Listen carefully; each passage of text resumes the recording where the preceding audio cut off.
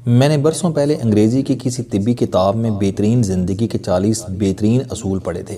میں نے وہ صفحات کاپی کر کے اپنے پاس رکھ لیے۔ میں گاہے بگاہے یہ صفحات نکال کر پڑھتا رہتا تھا۔ میں ان اصولوں پر عمل کی کوشش بھی کرتا تھا۔ میں نے 10 سال قبل تفاسیر اور احادیث کا مطالعہ شروع کیا تو پتہ چلا کہ یہ 40 اصول دنیا کے کسی طبی ادارے یا یورپ اور امریکہ کے کسی سیلف ہیلپ انسٹیٹیوٹ نے ڈیولپ نہیں کیے۔ یہ تمام اصول ہمارے پیارے رسول صلی اللہ علیہ وآلہ وسلم کی حیات طیبہ کا نچوڑ ہیں۔ یہ سیرت النبی صلی اللہ علیہ وآلہ وسلم سے اخذ کیے گئے ہیں۔ ہمارے رسول صلی اللہ علیہ وسلم نے پوری زندگی اپنے اصحاب کو ان اصولوں کی ٹریننگ دی۔ آپ کے صحابہ بہترین زندگی کے ان 40 بہترین اصولوں کی چلتی پھرتی تصویر تھے۔ میں نے اس دن سے ان اصولوں پر عبادت کی طرح عمل شروع کر دیا۔ گو میں ابھی تک ان پر مکمل عمل درآمد نہیں کر سکا، لیکن مجھے یقین ہے کہ اللہ تعالیٰ میری توفیق میں ضرور اضافہ کرے گا اور میں کسی نہ کسی دن آپ صلی اللہ علیہ وآلہ وسلم کے وضع کردہ ان اصولوں پر عمل میں کامیاب ہو جاؤں گا۔ یہ 40 اصول کیا ہیں؟ آپ وہ اصول اور ان اصولوں کی جدید سائنسی توجیحات ملاحظہ کیجئے۔ مجھ سے اگر تشریح میں کوئی غلطی ہو جائے تو مجھے معاف کر دیجئے گا، میرے لیے دعا بھی فرمائیے گا۔ آپ صلی اللہ علیہ وآلہ وسلم نے فرمایا کہ فجر اور اشراق، عصر اور مغرب اور عشاء کے دوران سونے سے بعد رہا کرو۔ اس فرمان میں بے شمار طبی حکمتیں پوشیدہ ہیں۔ مثلاً آج میڈیکل سائنس نے ڈسکور کیا کہ کرائرس پر فجر اور اشراق کے دوران آکسیجن کی مقدار سب سے زیادہ ہوتی ہے۔ ہم اگر اس وقت سو جائیں تو ہم اس آکسیجن سے محروم ہو جاتے ہیں اور یوں ہماری طبیعت میں بوجھل پن آ جاتا ہے۔ ہم آہستہ آہستہ چڑچڑے اور بیزار ہو جاتے ہیں۔ عصر سے مغرب سے عشاء کے درمیان بھی آکسیجن کم سے کم تر ہوتی چلی جاتی ہے۔ ہم اگر اس وقت بھی سو جائیں تو ہمارا جسم آکسیجن کی کمی کا شکار ہو جاتا ہے اور ہم 10 مہلک بیماریوں میں مبتلا ہو جاتے ہیں۔ دمہ بھی ان 10 بیماریوں میں شامل ہے۔ چنانچہ آپ یہ اوقات جاگ کر گزاریں، آپ پوری زندگی صحت مند رہیں گے۔ میرا تجربہ ہے کہ ہم اگر ان 3 اوقات میں واک کریں تو ہماری طبیعت میں بشاشیت آ جاتی ہے۔ آپ صلی اللہ علیہ وسلم نے فرمایا کہ بدبودار اور گندے لوگوں کے ساتھ نہ بیٹھا کرو۔ یہ حکم بھی حکمت سے لبالب ہے۔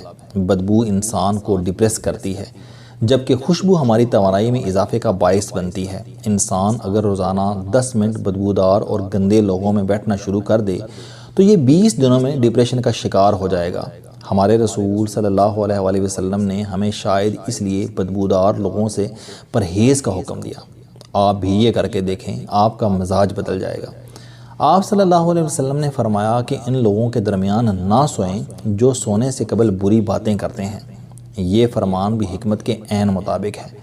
آج سائنس نے ڈسکور کیا کہ نیند سے قبل ہماری آخری گفتگو ہمارے خوابوں کا موضوع ہوتی ہے اور یہ خواب ہمارے اگلے دن کا موڈ طے کرتے ہیں۔ ہم اگر برا سن کر سوئیں گے تو ہم برے خواب دیکھیں گے اور ہمارے برے خواب ہمارے آنے والے دن کا موڈ بن جائیں گے۔ ہم خوابوں کے طے کردہ موڈ کے مطابق دن گزارتے ہیں۔ چنانچہ نیند سے قبل ہماری آخری محفل اچھی ہونی چاہیے، ہمارا اگلا دن اچھا گزرے گا۔ فرمایا کہ تم بائیں ہاتھ سے نہ کھاؤ۔ یہ فرمان بھی عین سائنسی ہے۔ ہمارے دماغ کے 2 حصے ہیں، دایاں اور بایاں۔ دایاں حصہ مثبت اور بایاں منفی ہوتا ہے۔ ہم جب اپنے جسم کو دائیں ہاتھ سے فیڈ کرتے ہیں تو ہماری مثبت سوچ مضبوط ہوتی ہے، اور ہم جب اپنے بدن کو بائیں ہاتھ سے کھلاتے ہیں تو ہماری منفی سوچ طاقتور ہوتی چلی جاتی ہے۔ آپ مشاہدہ کر لیں کہ آپ کو بائیں ہاتھ سے کھانے والے اکثر لوگ منفی ملیں گے۔ یہ آپ کو ہمیشہ شکوہ، شکایت، غیبت اور دوسروں کو نقصان پہنچاتے نظر آئیں گے۔ فرمایا منہ سے کھانا نکال کر نہ کھاؤ۔ یہ فرمان بھی سائنس سے درست ثابت ہوتا ہے۔ ہمارے منہ میں 10 کروڑ سے 1 ارب تک بیکٹیریا ہوتے ہیں۔ یہ بیکٹیریا مہلک جراثیم بن جاتے ہیں۔ یہ جراثیم ہمارے کھانے میں مل جاتے ہیں۔ یہ کھانا معدے میں جاتا ہے تو معدے کے غدود ان جراثیم کو مار دیتے ہیں، یوں یہ ختم ہو جاتے ہیں۔ لیکن جب ہم جراثیم ملے کھانے کو منہ سے نکال لیتے ہیں تو ان جراثیم کو آکسیجن مل جاتی ہے۔ یہ آکسیجن سیکنڈ کے 1000ویں حصے میں ان جراثیم کی تعداد کھربوں تک پہنچا دیتی ہے۔ یہ جراثیم معدے کے غدودوں سے بھی طاقتور ہوتے ہیں۔ ہم جب منہ سے نکلے لقمے کو دوبارہ منہ میں رکھتے ہیں تو یہ لقمہ معدے میں پہنچ کر زہر بن جاتا ہے اور یہ زہر ہمارے پورے نظام ہضم کو تباہ کر دیتا ہے۔ آپ کو زندگی میں کبھی کوئی ایسا شخص صحت مند نہیں ملے گا جسے منہ سے لقمہ نکال کر کھانے کی عادت ہو، جبکہ آپ کو ہونٹ بھینچ کر اور آواز پیدا کیے بغیر کھانے والے لوگ ہمیشہ صحت مند ملیں گے۔ ہمارے رسول صلی اللہ علیہ وسلم نے فرمایا کہ ہاتھ کے کڑاکے نہ نکالا کرو۔ سائنس کا کہنا ہے کہ ہم میں سے جو لوگ انگلیوں کے کڑاکے نکالتے ہیں ان کے جوڑ کھلنا شروع ہو جاتے ہیں اور یہ جلد آرتھرائٹس کا شکار ہو جاتے ہیں۔ یہ جوڑوں کے درد کی شکایت بھی کرتے ہیں۔ فرمایا کہ جوتا پہننے سے قبل اسے جھاڑ لیا کرو۔ ہماری زندگی کے عام واقعات میں کیڑے مکوڑے، بچھو، چھپکلیاں، چھوٹے سانپ اور بھڑیں ہمارے جوتوں میں پناہ لے لیتی ہیں۔ ہمارے بچے بھی جوتوں میں کیل، کانٹے اور بلیڈ پھینک دیتے ہیں۔ چنانچہ ہم جب جوتا پہنتے ہیں تو ہمارے پاؤں زخمی ہو جاتے ہیں یا پھر ہمیں کیڑے مکوڑے کاٹ لیتے ہیں۔ لہٰذا جوتا پہننے سے قبل اسے جھاڑ لینا ہمیشہ فائدہ مند رہتا ہے۔ فرمایا کہ نماز کے دوران آسمان کی طرف نہ دیکھو۔ یہ فرمان بھی درست ہے۔ آسمان میں ایک وسعت ہے، یہ وسعت ہمیشہ ہماری توجہ کھینچ لیتی ہے۔ ہم جب بھی آسمان کی طرف دیکھتے ہیں تو ہماری توجہ بڑھ جاتی ہے۔ ہمیں توجہ واپس لانے میں ٹھیک ٹھاک وقت لگتا ہے۔ نماز کے لیے یکسوئی درکار ہوتی ہے۔ ہم جب نماز کے دوران آسمان کی طرف دیکھتے ہیں تو ہم سجدے اور رکوع بھول جاتے ہیں۔ چنانچہ حکم دیا گیا کہ نماز کے دوران آسمان کی طرف نہ دیکھو۔ یہ فارمولہ تخلیقی کاموں کے لیے بھی اہم ہے۔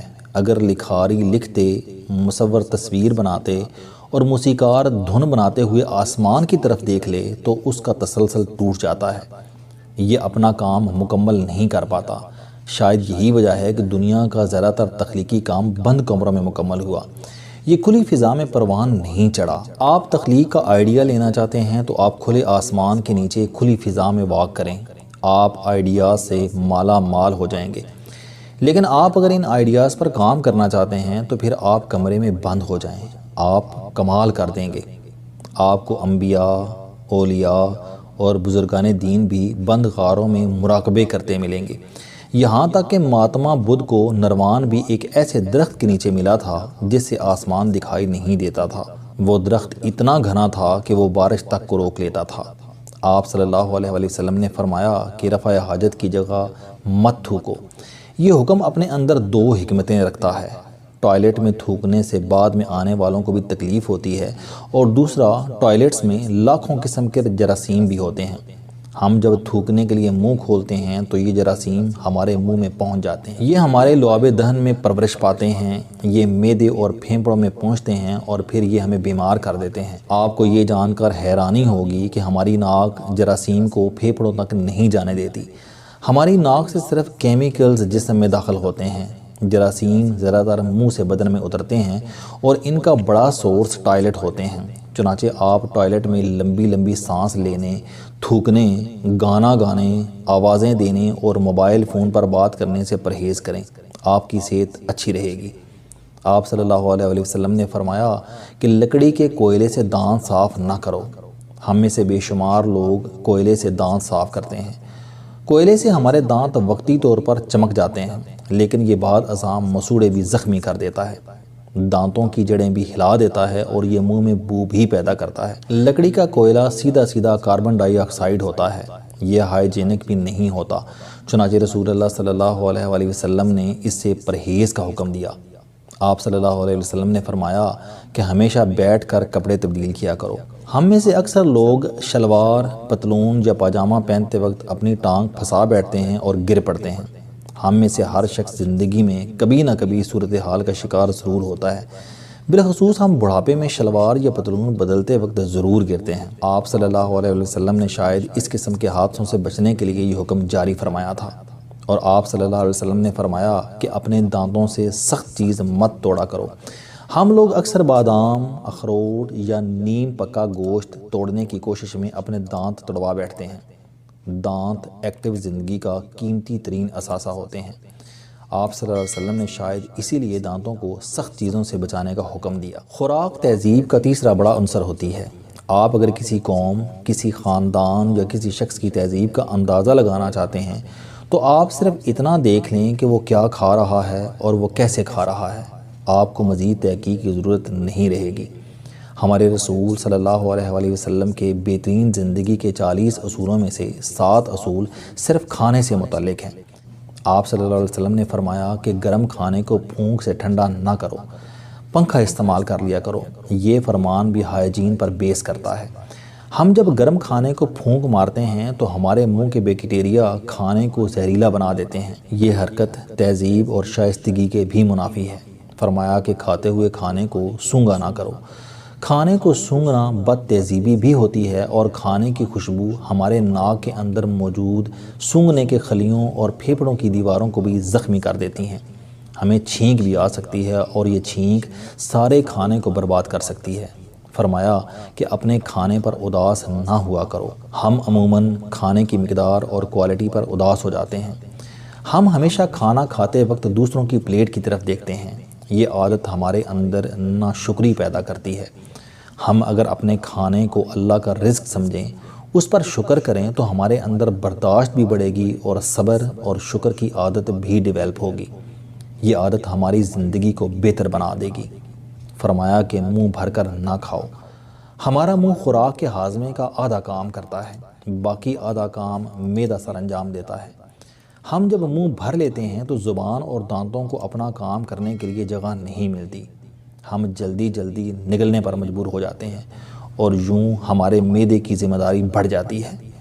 معدہ یہ ذمہ داری پوری نہیں کر پاتا، ہم بد ہضمی کا شکار ہو جاتے ہیں۔ ہمارے رسول صلی اللہ علیہ وآلہ وسلم ہمیشہ چھوٹا لقمہ لیتے تھے، دیر تک چباتے تھے اور آدھا معدہ بھرنے کے بعد ہاتھ کھینچ لیتے تھے۔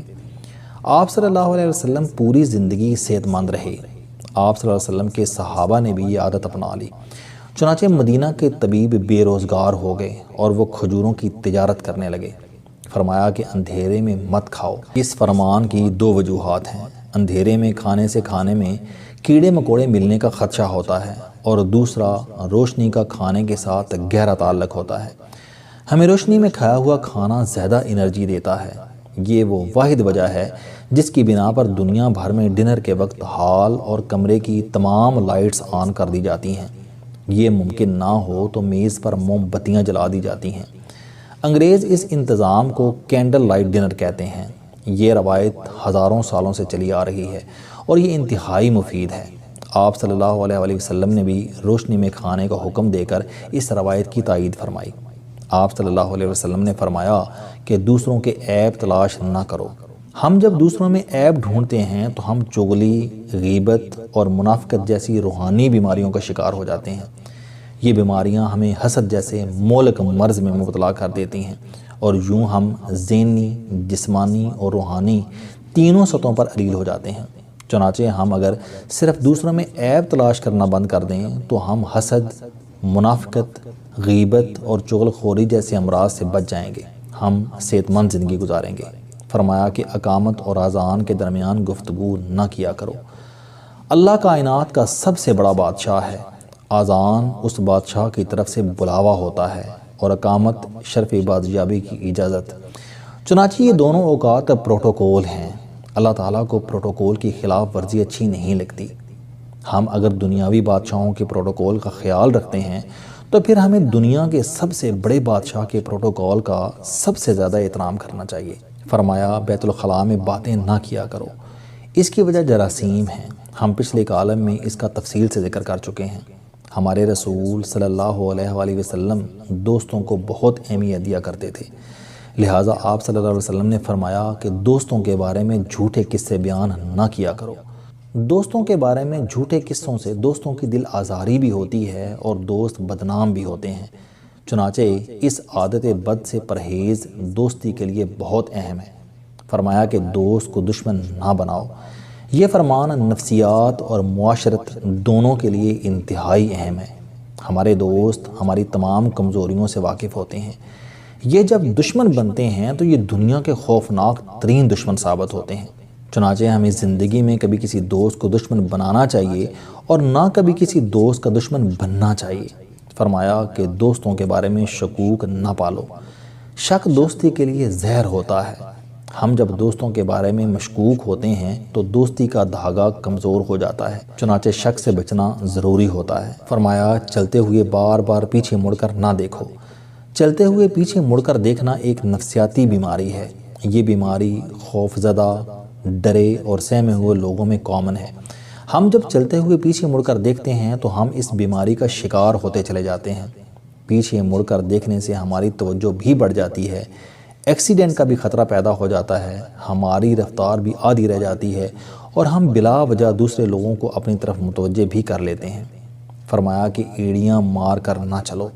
ایڑیاں مار کر چلنا یا چلنے کے دوران دھمک یا آواز پیدا کرنا تکبر کی نشانی ہے، اور تکبر مسلمانوں کو سوٹ نہیں کرتا۔ ہمارے پاؤں کا ہمارے دماغ کے ساتھ گہرا تعلق ہوتا ہے۔ ایڑیاں مارنے سے ہمارے دماغ کی چولیں ہل جاتی ہیں، ہم دماغی لحاظ سے کمزور ہو جاتے ہیں۔ آپ کو ایڑیاں مار کر چلنے والے جلد یا بدیر دماغی امراض کی ادویات کھاتے ملیں گے۔ فرمایا کسی کے بارے میں جھوٹ نہ بولو۔ جھوٹ دنیا کی سب سے بڑی معاشرتی برائی اور گناہوں کی ماں ہے۔ ہم اگر صرف جھوٹ بند کر دیں تو معاشرہ ہزاروں بیماریوں سے پاک ہو جاتا ہے۔ فرمایا کہ ٹھہر کر صاف بولا کرو تاکہ دوسرے پوری بات سمجھ جائیں۔ جھوٹ کے بعد غلط فہمی معاشرے کی سب سے بڑی برائی ہے۔ ہم جب گفتگو میں واضح نہیں ہوتے تو غلط فہمیاں پیدا ہوتی ہیں، اور یہ غلط فہمیاں معاشرتی بگاڑ کا باعث بنتی ہیں۔ چنانچہ ہم جب بھی بولیں بلند، واضح اور صاف بولیں۔ آپ صلی اللہ علیہ وسلم نے فرمایا کہ اکیلے سفر نہ کیا کرو۔ یہ فرمان بھی حکمت سے بھرپور ہے۔ اکیلا آدمی خوفزدہ بھی رہتا ہے، پریشان بھی، اور یہ عموماً حادثوں کا شکار بھی ہو جاتا ہے۔